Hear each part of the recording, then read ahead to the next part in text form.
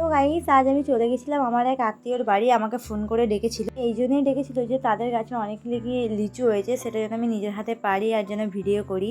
আর এই যে বাড়িটা দেখছো এটা কিন্তু অনেক পুরোনো, দেখলে এখানে লেখা ছিল যে কত সালে বাড়িটা তৈরি, তার জন্য কিন্তু অনেক পুরোনোর কারণে এই বাড়িতে কেউ থাকে না এখন। যখন থাকছিল তখন কিন্তু একটু একটু করে বাড়ির একোনা ওকানা ছেড়ে পড়ছিল, তাই তারা আর ভয়ে থাকে না। তাদের আরও একটা বাড়ি আছে সামনে, সেকেন্ডটাতে থাকে। আমি প্রথম দোতলা ছাদের ওই বারান্দায় ঢুকলাম, সত্যি মনে হচ্ছিল ভুতুরে বাড়ি, আমার একটু ভয় ভয় করছিল। আর এদিকে দেখো ছাদটা কিন্তু অনেক বড়।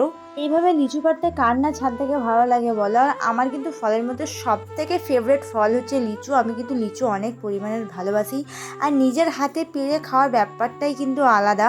আমি যাদের বাড়িতে এসছি এখন লিচু পাড়তে, তাদের কিন্তু এই বছর প্রথম লিচু ধরেছে। তবে যে লিচু পাড়ার খাওয়ার চেয়ে বেশি নিজের হাতে পাড়ার যে ব্যাপারটা, সেটা একটা আলাদাই মজা।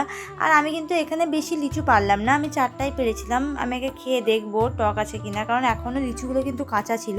আর আমি যেটাই ভেবেছি সেটাই হয়েছে, লিচুগুলো কিন্তু অল্প টক ছিল, তাই আমি আর পারলাম না। ওনারা আমাকে বলছিলেন যে কেন পারলে না, বেশি করে পারো, তুমি নিয়ে যাও বাড়ির জন্য। তাই আমি বললাম এখন কিন্তু কাঁচা আছে লিচুগুলো, টক টক, তাই আমি আর বেশি পারিনি। আর এদিকে দেখো আমি কিন্তু মাস্ক নিয়ে যেতে ভুলে গেছি, তাই ওড়না ঢাকা দিয়েই তোমাদেরকে দেখাচ্ছি।